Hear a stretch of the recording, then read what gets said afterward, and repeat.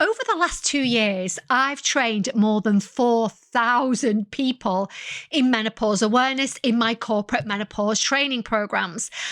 I think that puts me in a unique position of being able to understand how it impacts not just those going through it, but friends, family, co-workers. And it still blows my mind how little awareness there is of menopause and the basic principles and symptoms out there. In this video, I'm covering just that. I'm Jo Banks. I've been a professional executive coach for almost 15 years, and I'm sharing what I know.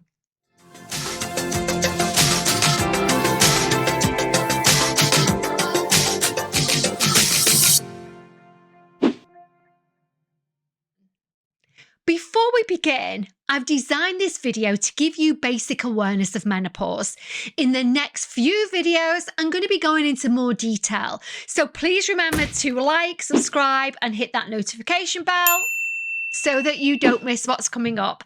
And if you stay until the very end, I'm going to give you details of my e-learning program specifically for menopausal people. And there'll be a coupon code in there too, so some money off. Basics of menopause. Menopause is a natural biological process that marks the end of reproductive years with someone born with a womb. And I'm going to explain why I'm using that term in a little while, so please just bear with me. It typically occurs in midlife, usually between the ages of 45 and 55. However, it can start earlier, especially if you're going through transition, medical issues such as breast cancer, other cancers, hysterectomies, family histories of early menopause. It's characterized by a series of hormonal changes that bring about the cessation of menstrual cycles.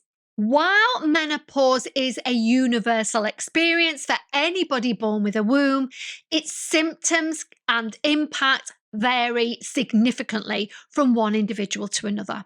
Before we begin, I really do need to point out that it's not just middle-aged women who experience menopause. Anybody born with a womb, including those going through transition, as well as men who perhaps have medical issues such as breast cancer, and yes, men can have breast cancer too, can suffer menopause symptoms. So that's why I'm very careful about the language that I use. Number one, let's look at hormonal changes during menopause. Ovarian function decline. Menopause begins when ovaries gradually reduce their production of female sex hormones, primarily estrogen and progesterone. The ovary's ability to release eggs diminishes, leading to an irregular menstrual cycle and even the cessation of menstruation altogether. Fluctuating hormone levels. As ovarian function declines, hormone levels become erratic, leading to fluctuations in estrogen and progesterone.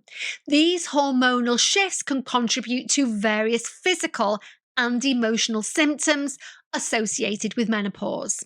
Number two, stages of menopause. Menopause is not a single event, but a process that unfolds over several years, and it can be divided into three distinct stages. First, we have peri-menopause. That typically begins late 30s or early 40s and can last for several years. During this stage, hormonal fluctuations become more pronounced, leading to irregular menstruation cycles and symptoms like hot flushes and mood swings. Women can still become pregnant, but fertility does start to decline. Menopause. Menopause is officially diagnosed when a person has gone 12 consecutive months without a menstrual bleed. The average age of menopause in the United States is 51, but it can occur earlier or later. It very much depends on the person. Hormonal imbalances during menopause may lead to a variety of physical and emotional symptoms, which we'll get onto. Then we have post-menopause. Post-menopause refers to the years following menopause. Hormone levels stabilize at lower levels, and many menopausal symptoms subside, although some may persist. Long-term health considerations such as osteoporosis and heart disease become more significant post-menopause. Number 3, common symptoms of menopause. Menopause can manifest in various ways, affecting a woman's physical and emotional as well as psychological well-being. It's important to note that not all women experience all of the same symptoms, and the severity can vary wildly in my experience. But here are some of the physical menopausal symptoms first. Hot flashes and night sweats. I think that's probably the one that we talk about or hear about the most. These hot flashes are sudden sensations of heat that can lead to flushing and sweating. They can be really, really uncomfortable and make you feel like your whole body is on fire. Night sweats are the same kind of thing, but they occur during deep sleep and potentially disrupt your sleep and your rest, because you can wake up feeling or absolutely covered, drenched in sweat. So it can be really uncomfortable. Next, we have irregular menstrual cycles. I've already mentioned this, but as menopause approaches, cycles become much more unpredictable and there can be longer gaps between periods. We also have this flooding, sudden flooding of blood that we don't know when it's going to come. It can be really super distressing, really anxiety inducing. And I think that from the experiences that I've had speaking to people, that's one of the main issues that women panic over. Eventually, menstruation will cease altogether, making the official onset of menopause. Next, we have sleep disturbances. The hot flashes and the night sweats can really disrupt sleep patterns, leading to insomnia and fatigue. They can affect our overall quality of life and even our daytime functioning. Next, we have changes in libido. Many women experience a decrease in sexual desire and arousal during menopause due to those hormonal changes and discomfort. Open communication with a partner and seeking medical advice can really help address these types of issues. Next, we have weight gain and metabolic changes. Some women may notice weight gain and changes in body composition during menopause. Metabolism tends to slow down, making it more challenging to maintain a healthy weight. Bone health. Declining estrogen levels can increase the risk of osteoporosis, a condition characterized by weakened bones. Bone health becomes a significant concern post-menopause, and preventative measures are essential. Measures such as resistance training or weight training, upping your calcium levels, can also be really helpful. Seek medical advice before embarking on any exercise regime or change of your diet. Cardiovascular health.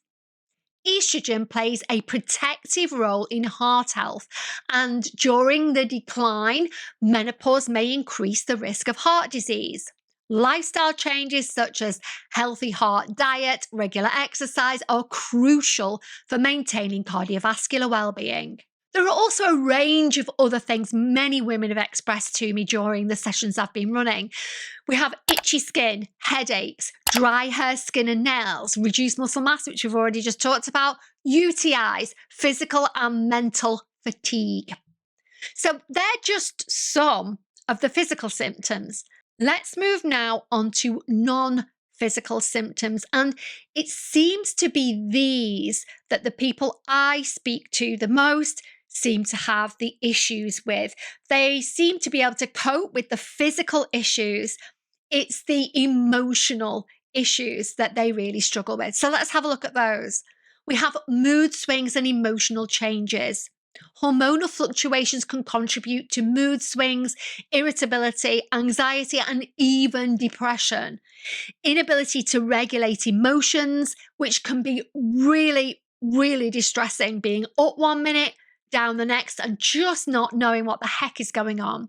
We also have cognitive issues. Many people report cognitive changes during menopause, such as memory lapses, forgetfulness, difficulty concentrating. And these are some of the issues that many people will tell me they struggle with the most. It can lead to low confidence and low self-esteem, questioning previous abilities, which exacerbates things even more. I also see that lack of motivation and that not being able to get up and do all the things that we used to be able to do. That can be really distressing. Number 4, managing menopausal symptoms.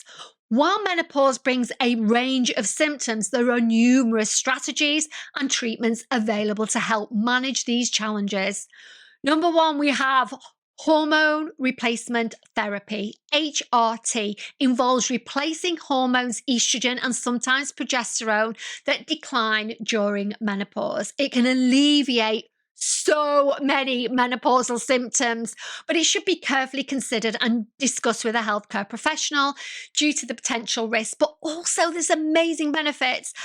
I am going to do one full video on this because it's probably out of everything that I discuss in my sessions, talking about healthcare professionals, getting the right support, getting the right medication is a minefield. So I'm definitely going to talk and do an individual video on that topic. I think it's really important. But what you might want to do in the first instance, if you're considering HRT, is go and have a look at Dr. Newsom's website. She's amazing. She's got so much content on there. And again, I'm going to leave the link in the description below. I would never just discount HRT because your auntie didn't get along with it or Mary down the street said it didn't work for her. There was a lot of scaremongering a few years ago, but now a lot of that has been disproven. It's amazing. I'm speaking from my personal experience here. Luckily, I was able to go on HRT. I'm still on HRT and I will remain on HRT because the difference in me with and without HRT is day and night. So I would definitely do your homework on that. Again, I am not a healthcare professional. Do your research. Lifestyle modifications. For many people who can't go on HRT, and also in conjunction with HRT, adopting a healthy lifestyle can significantly improve menopausal symptoms. This includes exercise, a balanced diet, managing your stress, and getting adequate sleep. I have an online program, an online course for menopausal people where I go into detail about all of those types of things, all the different things that you can do to help manage your symptoms. I'll leave the details below and I'll talk about it in a little while as well. Alternative therapies. Some women find relief from menopausal symptoms through complementary therapies such as acupuncture, yoga, and herbal supplements. Consultation, again, with a healthcare provider is essential before trying anything new. Medications. Certain medications, such as antidepressants, can also help mood swings and hot flashes. Always consult a healthcare professional before starting any medication. Supportive therapies, support groups, counselling, coaching can all provide emotional and psychological support during challenging phases of menopause. I work with many menopausal people on a one-to-one, helping support them and helping them manage their career. Because do you know 1 in 4 people consider leaving their careers because of menopausal symptoms? That blows my mind, and I am on a mission to stamp that out. So supporting menopausal people either with my online courses, my training, my corporate awareness, and with my one-to-one clients is really important to me. It really upsets me to think that people who've worked so hard to get their careers and to get to where they are suddenly feel that they need to leave just because of menopausal symptoms. So any help I can give on that, I am all over it. The wrap up. Menopause is a natural phase of a person born with a womb, their life journey, marked by hormonal changes and a diverse range of symptoms. While the experience of menopause varies wildly from person to person, understanding its basic principles and common symptoms is crucial, not only for your own health and well-being if you were born with a womb, or in supporting somebody who is a loved one, a co-worker, a subordinate. It's so important to be armed with the knowledge.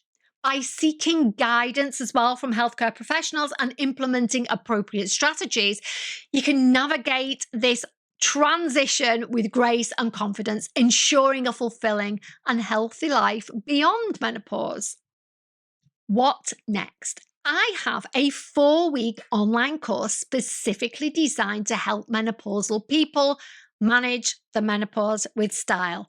I'll leave the link below. As I've said previously, I also coach many people on a one-to-one who are going through this change. So if you require one-to-one support, please reach out. I'm always here for no obligation, confidential conversation. I've got quite a few videos coming up on this topic over the next week or so.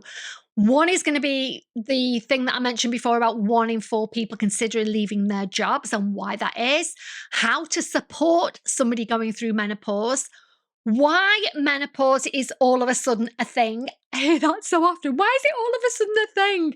And I'm also going to cover recent questions that I had from a webinar that I delivered for over 300 people. That was only a couple of weeks ago. So they're really relevant questions.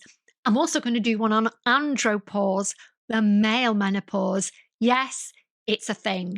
So remember to like, subscribe, and hit that notification bell so that you don't miss a thing. As always, thank you to everybody who stays until the very end, and thanks for your continued support.